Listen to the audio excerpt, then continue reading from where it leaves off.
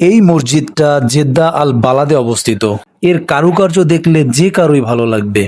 শহরের ঠিক মিডিল পর্যায়ে এই মসজিদটা বানানো হয়েছে। পর্যটকদের কাছে খুব বেশি আকর্ষণীয় একটা মসজিদ। এখান থেকে কিছু দূর সামনে আগালেই দেখা যায় বাংলাদেশিদের মতো মার্কেট। যদিও এখানে বাংলাদেশি এবং ইন্ডিয়ান ভাইরাই বেশি বিজনেস করে। আসসালামু আলাইকুম ওয়া রাহমাতুল্লাহ। Hello everyone, welcome to another video. চলুন আজকে আমরা মার্কেট থেকে ঘুরে আসি। জেদ্দা শহরের সব থেকে আলোচিত মার্কেট জেদ্দা আল বালাদ থেকে ঘুরে আসি। গাইস, কিছু দূর হাঁটতে হাঁটতে আমরা গাড়ি পেয়ে গিয়েছি। ও হ্যাঁ, আজকে আমি একা নই, আমার সাথে আরো ছোট ভাইরা আছে। তাদের মধ্যে একজনের একটা ফোন দরকার, সেজন্যই মূলত বের হওয়া। আসলে আমাদের এখানে বেশ কিছু শপ ছিল, কিন্তু ছোট ভাই যেই ফোনটা চাচ্ছে সেটা এখানে পাওয়া যাচ্ছে না, যার কারণে আমরা শহরের দিকে যাচ্ছি। এখান থেকে প্রায় 20 কিলোমিটার দূরে শহর। চলুন যেতে যেতে সৌদি আরব সম্পর্কে কিছু গুরুত্বপূর্ণ কথা শেয়ার করি আপনাদের সঙ্গে। সৌদি আরবের সরকার রাস্তার উপরে সব থেকে বেশি গুরুত্ব দিয়ে থাকে।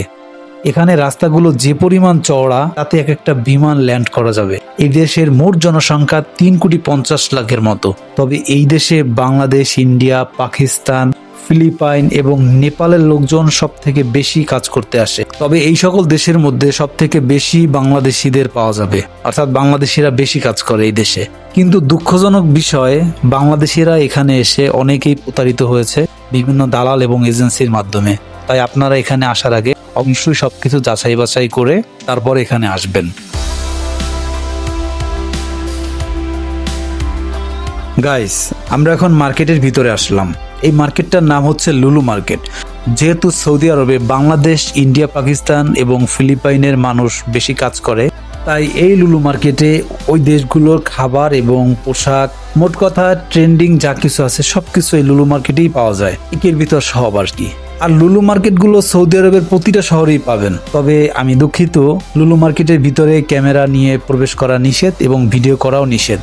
যেহেতু সেখানে মহিলারাও যায়, এজন্য সৌদি আরবের আইন অনুযায়ী মহিলাদের ছবি তোলা এবং ভিডিও করা সম্পূর্ণ নিষিদ্ধ। আমার ভিডিওগুলোতে সৌদি আরবের দর্শনীয় স্থানগুলো সম্পর্কে আপনারা জানতে পারবেন ও দেখতে পারবেন। তাই আপনারা যারা আমার চ্যানেলের সঙ্গে এখনো যুক্ত হন নাই, তারা এখনই আমার চ্যানেলটা সাবস্ক্রাইব করে বেল বাটনটি অন করে রাখুন।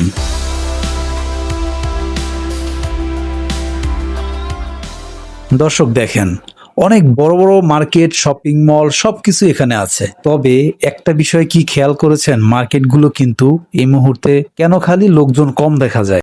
আসলে এই খালি থাকার পিছনে একটা কারণ আছে। এটা হচ্ছে সৌদি আরবের পুরনো ট্রেডিশনাল। তারা রাতের বেলাতে সবাই বের হয়, মার্কেট করে, আড্ডা দেয় ফ্যামিলিদেরকে নিয়ে, সবাই একসাথে বসে। বাট দিনের বেলাতে তারা বাহিরে কম বের হয়, আর এই জন্যই দিনের বেলাতে মার্কেটগুলো একটু ফাঁকা থাকে। তো এখান থেকে বাসগুলো শহরের বিভিন্ন পয়েন্টে চলে যায়, আর বাসের মূল স্টপ হচ্ছে এইখানে, আমি এখন যেখানে আছি। আর এখানের বাসগুলো অনেক সুন্দর এবং উন্নত। গাইস, পরিচিত এক দোকানে যাব, দেখি তার দোকানে মোবাইল পাওয়া যায় কিনা। কিন্তু তাদের সঙ্গে কথা বললাম, কথা বলার পরে তারা ফোনটা খুঁজে দেখলো, পাইলো না কোথাও। তাই আমরা অন্য দোকানে গেলাম, সবার সঙ্গে কথা হলো, পরিচয় হলো। এই যে মোবাইলের দোকানগুলো দেখছেন, এখানে অধিকাংশ সেকেন্ড হ্যান্ড মোবাইল বিক্রি করে, তবে নতুন মোবাইলও পাওয়া যায়। কিন্তু তাদের কাছেও ফোনটা পেলাম না, খুবই দুঃখ পেলাম। চলেন শহরের ভিতরের দিকে যাই। এই মসজিদটা হচ্ছে আমার কাছে খুব ভালো লেগেছে। এর খোদাই করা কাজগুলো যে কারো নজর কেড়ে নেবে। এই মসজিদের নাম হচ্ছে ইউসুফ মোহাম্মদ নাঘি। এই মসজিদটা 1900 থেকে 1920 সালের মধ্যে বানানো হয়েছে। অ্যাকচুয়ালি এর সঠিক সাল এখানে বলা নেই, কিন্তু এই সময়ের মধ্যেই এই মসজিদটা বানানো হয়েছে। আর জেদ্দা শহর হচ্ছে পুরনো একটা ব্যবসায়িক জায়গা। এইখানে সমস্ত সৌদি আরবের ব্যবসা এখানেই হতো, যেহেতু পাশেই সাগর। তো ব্যবসায়িকরা এখানেই আসতো আগে, এখান থেকেই সারা সৌদি আরব ছড়িয়ে পড়তো। তো এই জন্য এখানে অনেক ব্যবসায়ী তাদের অনেক স্মৃতি রেখে গিয়েছে। এই জেদ্দা আল বালাদে অনেক কিছু আছে দেখার মতো। আমি ইনশাল্লাহ আপনাদেরকে একটা একটা করে দেখাবো যদি বেঁচে থাকি। মসজিদের অপর প্রান্তে সুন্দর একটা বসার প্লেস আছে এবং তার পাশে অনেক দোকানপাট আছে, যেখানে অধিকাংশ বাঙালি আর ইন্ডিয়ানরা বিজনেস করে। এবং মার্কেটের এই অংশে আসলে একটা গুলিস্তান ভাইব আসে। এখানে এসে অনেক বাংলাদেশি ভাইদের সাথে আমার কথা হয়েছে, তারা অনেকেই দীর্ঘদিন যাবত এখানে বিজনেস করতেছে। অনেক রাত হয়ে গেল, কিন্তু আমরা যেটা খুঁজতেছিলাম সেটা কিন্তু এখনো পাইনি। তবে হতাশ হয়ে ফিরে যাচ্ছিলাম, কিছুই করার ছিল না। ঠিক এই মুহূর্তে এক ভাইয়ের সাথে কথা বলে জানতে পারলাম যে আরও কয়েকটা দোকান আছে ওই পাশে। তখনই আমরা সেই দোকানে গেলাম, আলহামদুলিল্লাহ আমাদের প্রোডাক্টও পেয়ে গেলাম। খুব খুশি লাগতেছে, আমার থেকে ছোট ভাই আরও বেশি খুশি হলো। যেহেতু ফোন কেনা শেষ এবং ঘোরাফেরাও শেষ, তাই এখানে নাস্তা করে বাসার দিকে রওনা দেব। রাতও অনেক হয়েছে, এখন বাজে রাত 10টা, আমাদের সবাইকে চলে যেতে হবে, সকালবেলা ডিউটি আছে। তবে কি আর বলবো, চারিদিকে ঝিলিমিলি লাইটের আলোতে খুব ভালো লাগতেছিল। ক্লান্ত শরীর তখন বলছে, ও ভাই আর একটু থেকে যা, খুবই ভালো লাগতেছে। কিন্তু এর থেকে বেশি দেরি হয়ে গেলে পরে গাড়ি পাওয়া যাবে না।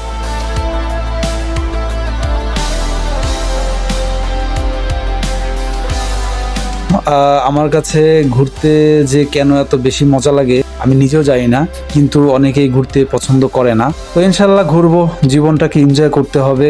আপনারাও যদি ঘুরতে পছন্দ করেন ঘুরেন, জীবনটা তো বেশি দিনের না, এটাই স্বাভাবিক। মনের শখ আহ্লাদগুলো পূরণ করতে হবে যতদূর সম্ভব। তো গাইস, এতক্ষণ ধরে যারা আমার ভিডিওটা দেখেছেন তাদেরকে অসংখ্য ধন্যবাদ। আজকের ভিডিওটা ভালো লাগলে একটা লাইক দিবেন। আপনাদের একটু অনুপ্রেরণা আমাকে আরো বেশি উৎসাহিত করে। আমি নতুন, আমাকে সবাই সাপোর্ট করবেন। সবাই ভালো থাকবেন। আসসালামু আলাইকুম ওয়া রাহমাতুল্লাহ।